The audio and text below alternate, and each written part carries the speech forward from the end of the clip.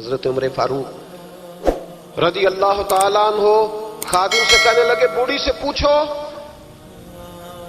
تو پوچھا اماں السلام علیکم. وعلیکم السلام. اماں کیا بات ہے؟ تو اماں کہنے لگی جاؤ دوڑو, تمہیں کیوں بتاؤں, دیہات کی سیدھی سادی بی بی, جاؤ بھاگ جاؤ. کہا نہیں اماں مہربانی کرو اندر تو آنے دو. بڑی منت کے بعد اماں مانی. عمر فاروق عام آدمی نہیں جس سے دنیا کامتی ہے. حضرت عمر اندر گئے. اماں کیوں پریشان ہو؟ تو اماں کہنے لگی تمہیں کیوں بتاؤں, میرا اپنا دکھ ہے. چل اماں بتا دے, تیری مہربانی. اماں کہنے لگی میں ایک بیوہ ہوں, بے اولاد ہوں, کوئی میرا سہارا نہیں. مجھے عمر فاروق سے بڑی شکایت ہے. میرے اوپر 25 دینار کا قرضہ چڑھ گیا ہے اور 3 دن ہو گئے میں نے روٹی نہیں کھائی, اور عمر نے میری خبر نہیں لی. حضرت عمر کو پتہ چل گیا لوارث ہے, اس کا کوئی 2 4 10 ہزار ووٹ کوئی نہیں. یہ کو میکے سے 6 مربے نہیں لے کے آئی, ایک اکیلی تنے تنہا. اور بھائی جب اللہ کا خوف ہوتا ہے تو پھر انسان ان غریبوں کو بھی مناتا ہے. پھر ریڑھی والے کی بھی اہمیت بڑھ جاتی ہے, پھر رکشے والے کی قدر بھی بڑھ جاتی ہے. حضرت عمر فاروق رضی اللہ تعالیٰ عنہ کہنے لگے اماں عمر سے شکوہ ہے؟ کہاں؟ جناب عمر کہتے ہیں میں نے ایک جملہ کہا تو اماں نے تو مجھے لاجواب کر دیا. میں نے کہا اماں عمر کو کیا پتا کہ تو بھوکی ہے اور مقروض ہے, اسے کیا خبر؟ تو اماں کہنے لگی کیا کہا تم نے؟ عمر کو خبر نہیں, اسے پتا نہیں؟ تو عمر سے کہو نا چھوڑ دے حکومت, اس کے حوالے کرے جو خبر رکھ سکتا ہے. کیوں بیٹھا ہے پھر؟ ہمارے حکمران کہتے ہیں ابھی میں صدمے میں ہوں, نکلوں گا تو بات کروں گا. نہ ادھر ادھر کی تو بات کر, یہ بتا کہ قافلہ کیوں لٹا. مجھے رہزنوں سے غرض نہیں, تیری رہبری کا سوال ہے. ہاں تجھے جواب دینا پڑے گا. حضرت سیدنا عمر فاروق رضی اللہ تعالیٰ عنہ سے اماں کہنے لگی نہیں خبر رکھ سکتا تو حکومت کیوں کرتا ہے, چھوڑتا کیوں نہیں؟ تو حضرت عمر کہتے ہیں میں کانپنے لگا. دوڑے گئے جناب عمر. میں نے کہا اس اماں کا 6000 ووٹ نہیں کہ اس کی قدر کی جائے. یہ اماں کوئی بہت آکسفورڈ یونیورسٹی کی ڈگری ہولڈر نہیں کہ اس کی بات مانی جائے. ایک لاوارث اور بیوہ بی بی. عمر دوڑے گئے, گھر سے اناج کا تھیلا کندھے پہ رکھا, 25 دینار بھی لیے, پکا پکایا کھانا بھی لیا. خادم کہنے لگا حضور مجھے دے دے میں اٹھا لیتا ہوں. تو حضرت عمر فرمانے لگے چل وعدہ کر قیامت کے دن بھی میرا بوجھ اٹھائے گا.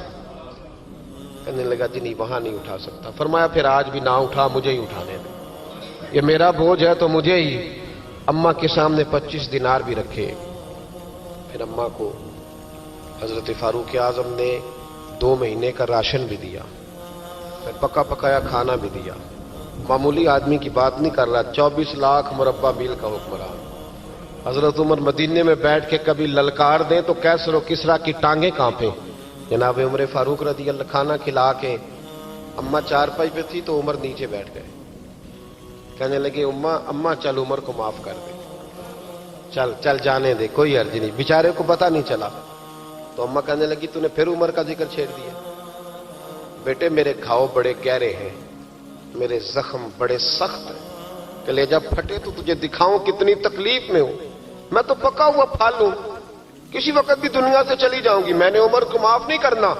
جب میں قبر میں جاؤں گی نا, نبی کریم علیہ السلام آئیں گے تو میں عمر کی شکایت کروں گی. میں کہوں گی حضور اس سے پوچھئے یا رسول اللہ بیوہ اور بوڑھی کا خیال ہی نہیں کیا. تو آپ کے غلام کہتے ہیں میں نے عمر کو کبھی اتنا روتے نہیں دیکھا جتنا آج روئے. کہنے لگے اماں عمر کو میں جانتا ہوں وہ کمزور ہے, یہ شکایت نہ لگانا, وہ کمزور ہے, مقابلہ نہیں کر سکے گا, یہ شکایت نہ لگانا, چل معاف کر دے. تو اماں کہنے لگی اچھا تو مجھے کچھ اچھا لگتا ہے, جا تیری خاطر عمر کو معاف کیا, تو پیارا لگا ہے, جا معاف کیا, تیری خاطر معاف کیا, تیری خاطر عمر کو معاف کیا. حضرت عمر فاروق کہنے لگے مجھے لکھ کے دو. کون اتنے جتن کرتا, کون؟ کسی سے کہنا جا اپنی اماں کو منا لے, تو کہتے ہیں نہیں میری غلطی کوئی نہیں تو مناؤں کس بات پہ, ہمیں تو 20 دلیلیں آتی ہیں. جا ابا کے پیر پکڑ لے. پتہ ہے نبی پاک علیہ السلام نے فرمایا جس کا باپ راضی ہوگا اسی کا اللہ راضی ہوگا, اور جس کا باپ ناراض ہوگا وہ سارا دن وظیفے پڑھے, اس کا اللہ راضی. یہ ابو داؤد شریف کی حدیث ہے. نا جی بڑی مہربانی, پیسے نہ لائیے گا آپ. اب بات سنیں, وہ بھی میں سمیٹنے کی طرف آ رہا ہوں, ختم کر رہا ہوں, آپ میری بات پہ توجہ رکھیں. عزیز بھائی, نبی کریم صلی اللہ تعالی علیہ وسلم نے جو اپنے غلاموں کی تربیت کی تو حضرت عمر فاروق کہنے لگے لکھ کے دو, لکھ لکھ دو. تو اماں کہنے لگی آپ لکھیں میں سائن کر دیتی ہوں. آپ لکھ دیں میں سائن کرتی ہوں. حضرت عمر نے لکھا فلاں بنت فلاں کو عمر سے شکایت تھی. پھر انہوں نے عمر کو معاف کر دیا. اماں سائن کرنے ہی لگی تھی، سائن کرنے ہی لگی تھی کہ مولا علی شیر خدا آ گئے. حضرت عبداللہ ابن مسعود آ گئے. اوہو عمر یہاں بیٹھے ہوئے ہو، میں سارے مدینے میں تلاش کر رہا تھا، یہاں بیٹھے ہو، وہ کچھ لوگ ملنے آئے، نکلو. اماں نے سنا کہ یہ عمر تھے تو اماں اٹھ کے کھڑی ہو گئی. آئے ہائے عمر تھے، آپ عمر تھے؟ تو جناب عمر کہنے لگے اماں تو نے جو کہا ٹھیک کہا، لیکن اپنے وعدے پہ قائم رہا، یہ ذرا سائن کر دے. اماں نے سائن کیے تو حضرت عمر فاروق فرمانے لگے علی آ گئے ہو تو بطور گواہ تم بھی دستخط کر دو. عبداللہ ابن مسعود تم بھی بطور گواہ جب سائن ہوئے تو جناب عمر نے رکا لپیٹا اور مولا علی شیر خدا سے فرمانے لگے علی یہ رکھ لو، مجھے لگتا ہے میں تم سے پہلے دنیا سے جاؤں گا، اور جب میں پردہ کر جاؤں نا تو یہ رکا میرے کفن میں رکھ دینا. اگر حضور علیہ السلام نے پوچھا نا میری امت کے ساتھ کیا سلوک کر کے آئے ہو، تو رکا نکال کے کہوں گا یا رسول اللہ ایک بوڑھی ناراض تھی میں اسے بھی راضی کر کے آیا. حضور یہ میں راضی. بھائی جب تک ہم اللہ سے نہیں ڈرتے معاشرہ اصلاح پذیر نہیں ہو سکتا. حضرت عمر فاروق رضی اللہ تعالیٰ عنہ نا باہر والوں کا بھی بڑا سخت حساب کرتے تھے. بڑا ایک گورنر صاحب نے لباس بڑا شاندار پہننا شروع کر دیا تھا تو حضرت عمر نے اتروا کے نا تو انہیں ٹاٹ کا لباس پہنا کے تو اونٹ چرانے کی ڈیوٹی دے دی تھی. اتنا سخت احتساب کرتے. کسائی کی دکان پر بھی 1-2 گھنٹے کھڑے ہوتے تھے. جو آدمی مسلسل 2 دن گوشت خریدتا تھا نا فرماتے تھے اس کا ٹیکس بڑھا دو، لوگوں کو دال نہیں مل رہی اور یہ روز گوشت کھاتا ہے. حضرت فاروق اعظم اس کو جزیہ کہا جاتا تھا یا کچھ اور معاملات ہوتے تھے بڑھا دیتے تھے. مسلسل جو 2 دن آدمی گوشت کھاتا تھا فرماتے تھے مدینے میں غربت ہے، اگر یہ والا نظام تم کرو گے تو غریب لوگ کس کی طرف دیکھیں گے. لیکن اس سے زیادہ بڑھ کر جو ان کی زندگی کا معیار اور سٹیٹس تھا وہ یہ تھا کہ اپنے گھر کا خاص خیال رکھتے، خاص توجہ کرتے. ملک شام سے اور ایران سے کچھ لوگ آپ کی خدمت میں آئے تو وہاں سے کچھ کنیزیں بھی آئیں. ان کے بادشاہ پیغام لے کے شاہ ایران کی کنیز کو ملکہ نے کہا کہ نا حضرت عمر کی زوجہ کو دیکھ کے آنا ذرا کس طرح کی ہے. ہمارے ملک میں کیا کہتے ہیں خاتون اول جی، خاتون باقی سارے دووں میں خاتون اول، ذرا خاتون اول کو دیکھ کے آنا. تو وہ جب آئی نا گھر میں ملنے تو کہا کہ مجھے میری ملکہ نے کہا تھا کہ عمر کی زوجہ سے اہلیہ سے ملاقات کر کے آنا. تو حضرت عمر کی اہلیہ نے نا ایک جوڑا کپڑوں کا دے دیا ملکہ کے لیے اور ایک خوشبو کی شیشی دے دی. اب جب وہ تحفے وہاں گئے تو اس ملکہ نے نا کچھ سونے کا سامان بھیجا، کچھ زیورات بھیجے، کچھ تحائف بھیجے. جب حضرت عمر کے گھر آئے نا وہ خادم لے کے آیا، اس نے کہا جی آپ کی اہلیہ نے تحفے بھیجے تھے. تو جواب میں شاہ ایران کی بیوی نے یہاں جس ملک کا وہ سفیر تھا انہوں نے بھی یہ بھیجے. تو حضرت عمر فاروق نا وہ تحفے لے کے گھر گئے تو جا کے کہنے لگے اپنی اہلیہ سے یہ تو کب سے تحفے تحائف بھیجنے لگ گئی ہے، یہ کب سے نظام شروع ہو گیا؟ تو کہ حضور تحفہ دینا لینا تو ٹھیک ہے، سنت ہے، محبت بڑھتی ہے، تو یہ کوئی قباحت نہیں، اور میں نے اپنی ذاتی استعمال کے لیے جو چیزیں رکھی تھی وہ میں نے دی ہیں. تو حضرت عمر فاروق رضی اللہ تعالیٰ عنہ فرمانے لگے ہم نے کسی ملک کے ساتھ اور اس کے بادشاہ کے ساتھ ذاتی تعلق نہیں بنانا، تعلق جو بھی بنے گا رسول اللہ کے دین کی برکت سے بنے گا. ذاتی رشتے نہیں ہم نے قائم کرنے. ذاتی آپ کے ملک کی جو ایئر لائن جس کا ہر سال خسارے کا ڈنڈورا پیٹا جاتا ہے نا، وہ ہمارے بادشاہ صاحب اور صدر صاحب اگر غیر ملکیوں کو گھوڑا کبھی بھیجنا ہو نا، گھوڑا تو پورا ایک جہاز گھوڑا لے کے تحفے میں جاتا ہے، پورا جہاز غریب قوم کا یہ سرمایہ. اور قوم بڑی بادشاہ ہے، لائنوں میں لگ کے ووٹ دیتی ہے. 2 کام ہمیشہ لائن میں لگ کے کرنے، ایک بل لائن میں لگ کے جمع کرانا ہے اور ایک ووٹ لائن میں لگ کے، تاکہ پھر پورے 5 سال لائن میں ہی لگے رہیں. مرضی سے آپ ووٹ دینا پر جو بات درست ہے اس کو سنو. حضرت عمر فاروق رضی اللہ تعالیٰ عنہ نے اپنی اہلیہ سے پوچھا کتنے کا تھا وہ تیرا جوڑا اور خوشبو کی شیشی؟ انہوں نے کہا 3 دینار کی. فرمایا یہ 3 دینار تیرے اور باقی جو تحفے آئے ہیں وہ تو خود کہہ، چونکہ اس نے تیرے نام بھیجے ہیں، تو کہہ کہ میں مال غنیمت میں دیتی ہوں، تو کہہ میں مسلمانوں کو کہہ. تو زوجہ ہنس پڑی، کہنے لگی میں نام بھی کہوں تو مجھے کہنا تو پڑے گا ہی. کہنا تو میں نے ہے ہی، جو کہ سامنے عمر فاروق ہے، لہذا پھر میں کہہ دیتی ہوں میں نے دیا خزانے کو، حضرت عمر نے جمع کرا لیا۔ میں یہ کیا بات ہے، میرے گھر والے جو مرضی کریں، ان کا معیار زندگی جس طرح کا مرضی ہو۔ اور حضرت عمر ایک جملہ کہا کرتے تھے، اللہ کرے کہ یہ باتیں اس دور حاضر میں ہماری سمجھ میں آئیں۔ حضرت عمر فاروق رضی اللہ تعالیٰ عنہ اپنے بچوں کو فرمایا کرتے تھے کہ بہت آدمی کو بھوک لگی ہو نا، اور پھر اس کی پسند کا کھانا پکا ہو تو اتنے شوق سے وہ اس کھانے کو دیکھتا ہے نا، فرمایا اس طرح پوری قوم اپنے بادشاہوں کے خاندان کو دیکھتی ہے، اس تیزی کے ساتھ دیکھتے ہیں کہ ان کے گھر میں کیا ہو رہا ہے، ان کا معیار زندگی کیا ہے، ان کا سٹیٹس کیا ہے۔ سیدنا فاروق اعظم رضی اللہ تعالی عنہ نے اپنے گھر کے اندر اپنے بچوں، آپ کے بچے دونوں کاروبار کے لیے مصر گئے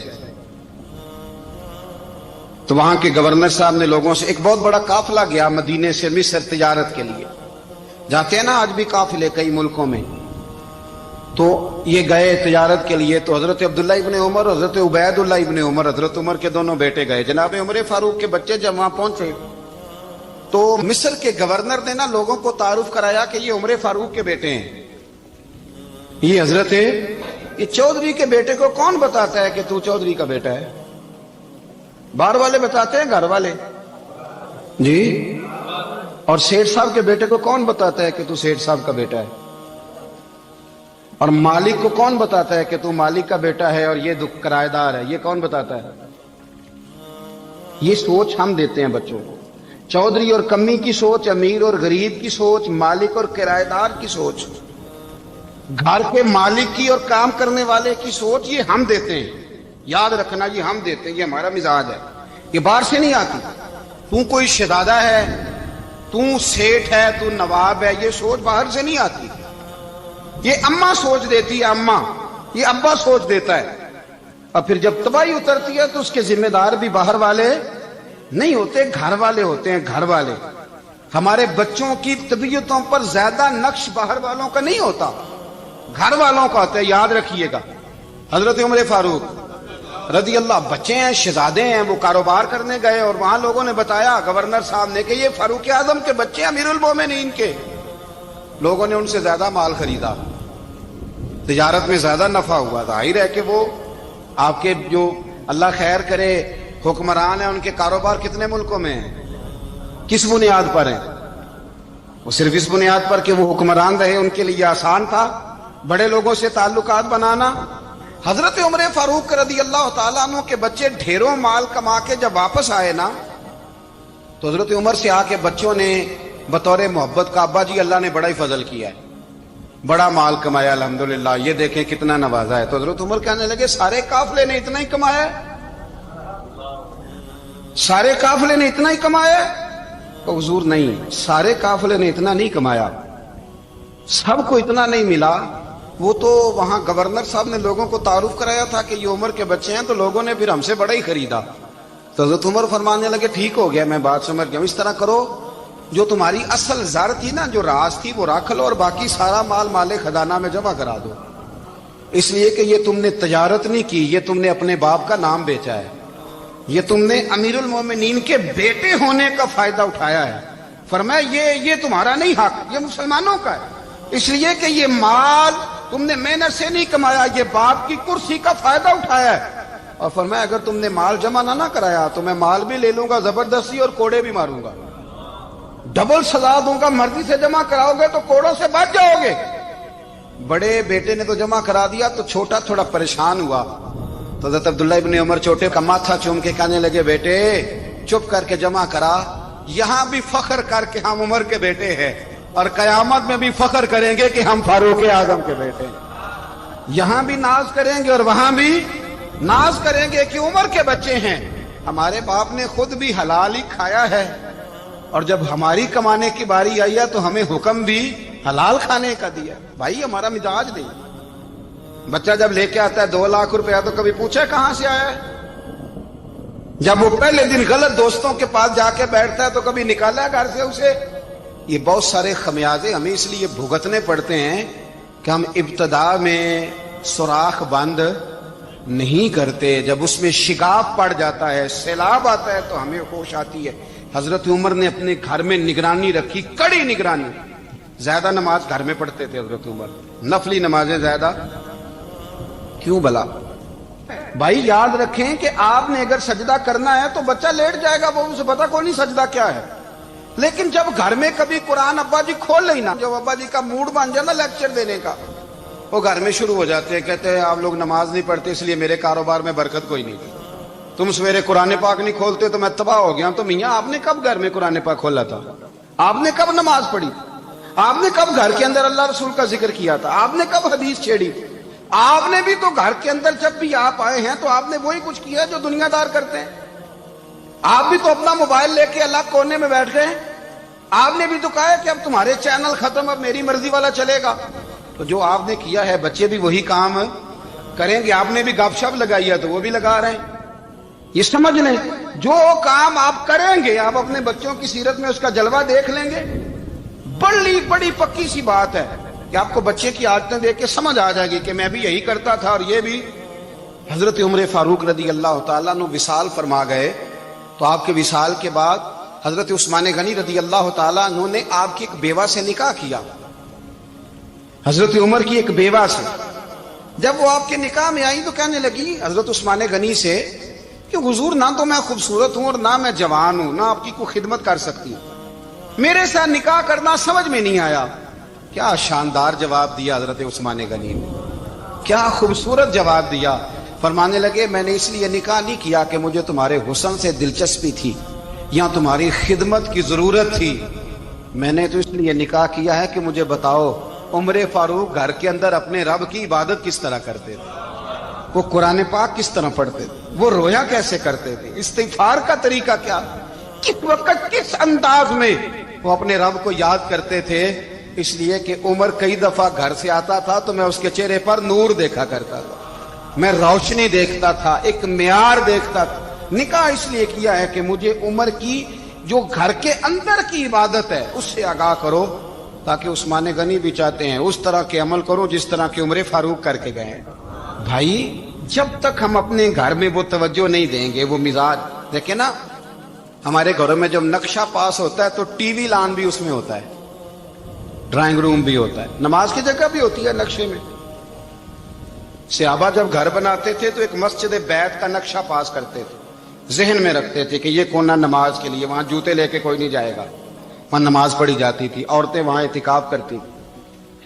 ٹی وی لان تو آ گیا ہے اور گھر کے اندر ٹی وی رکھنے کے لیے تو ایک کمرہ الگ سے بنا دیا گیا ہے, اور اب جو نئے نقشے پاس ہو رہے ہیں اس کے اندر گھروں کے اندر جگہ بنائی گئی ہے جہاں کمپیوٹر رکھے جائیں, اور بچوں کے لیے وائرنگ ہوگی نیچے تاکہ انہیں کوئی مشکل درپیش نہ ہو.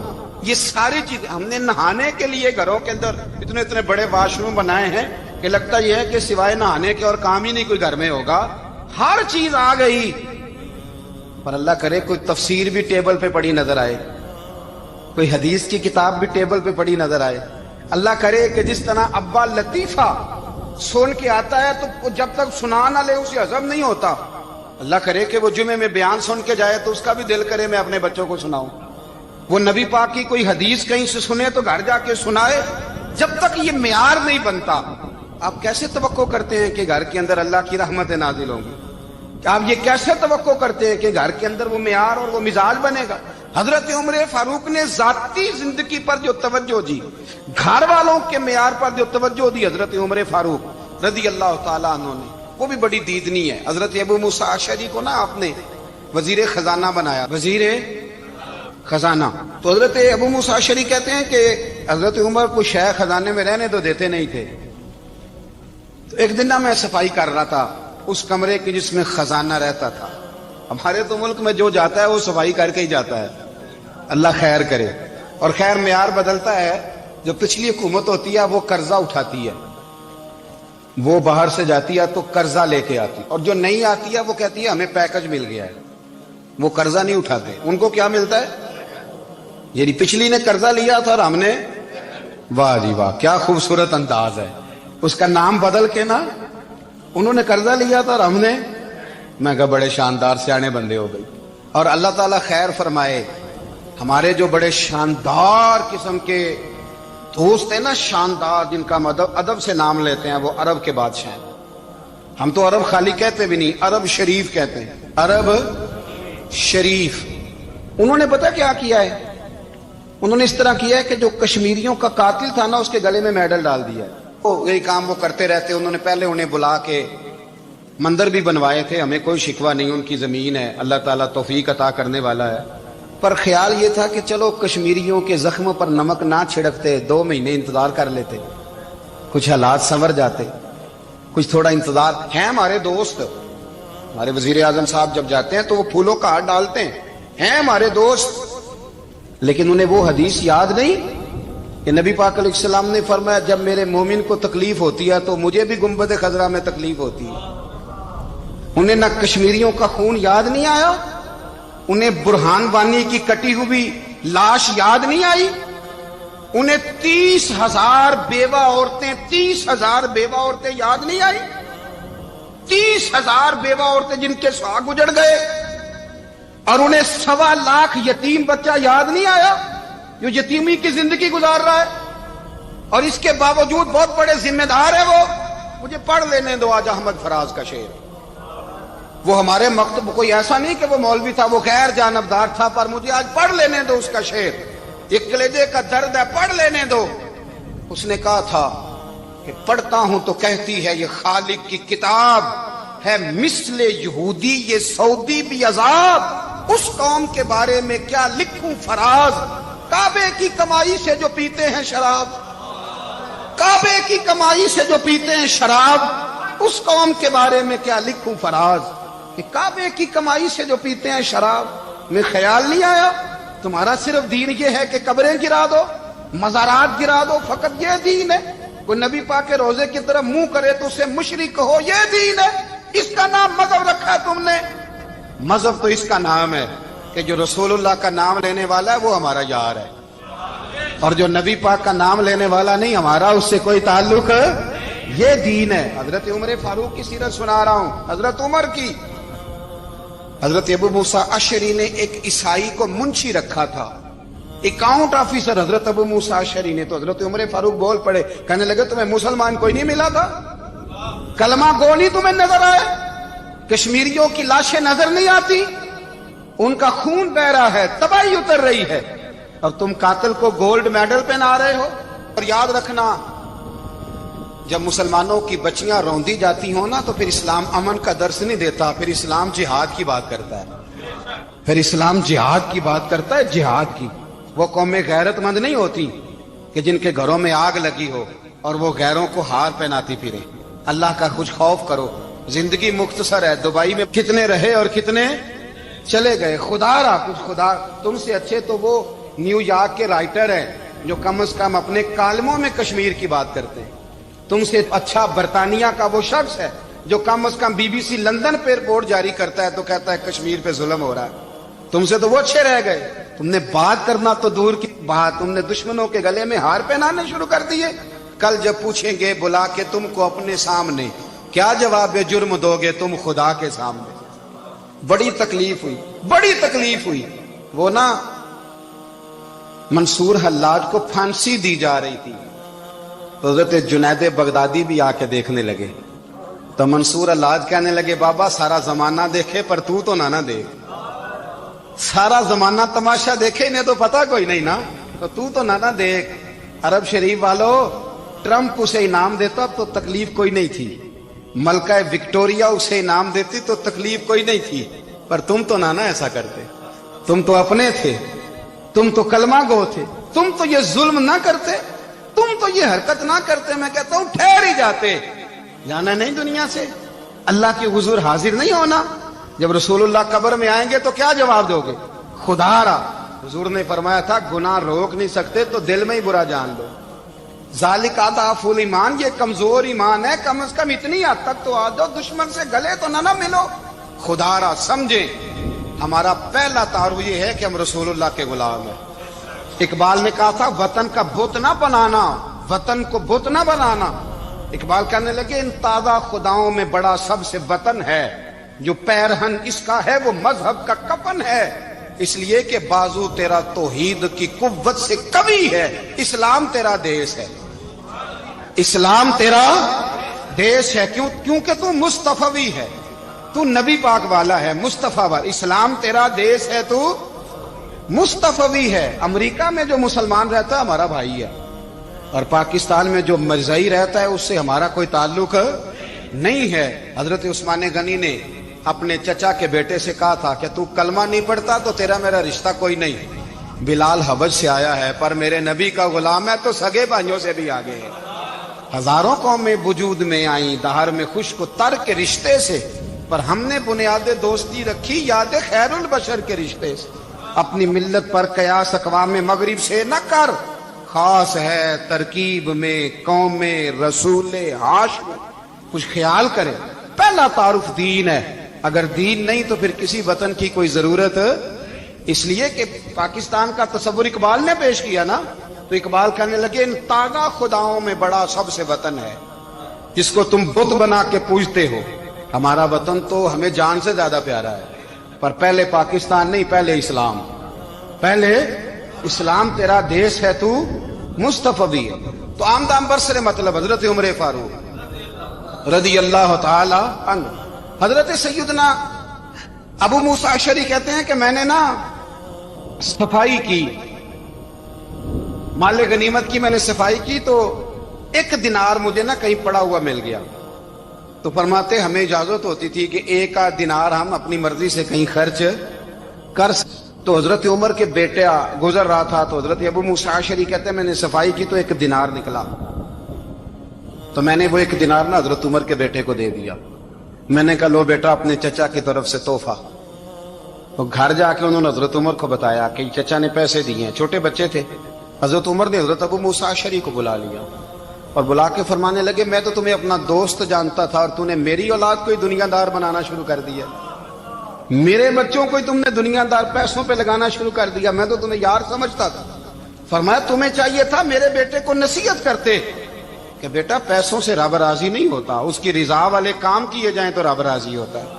اور فرمایا تمہیں کوئی اور گھر نہیں ملا تھا تباہ کرنے کے لیے, میرا ہی گھر ملا تھا, اٹھاؤ اپنا دینار اور خبردار آج کے بعد میرے بچوں کے ساتھ یہ والی نیکی نہ کرنا.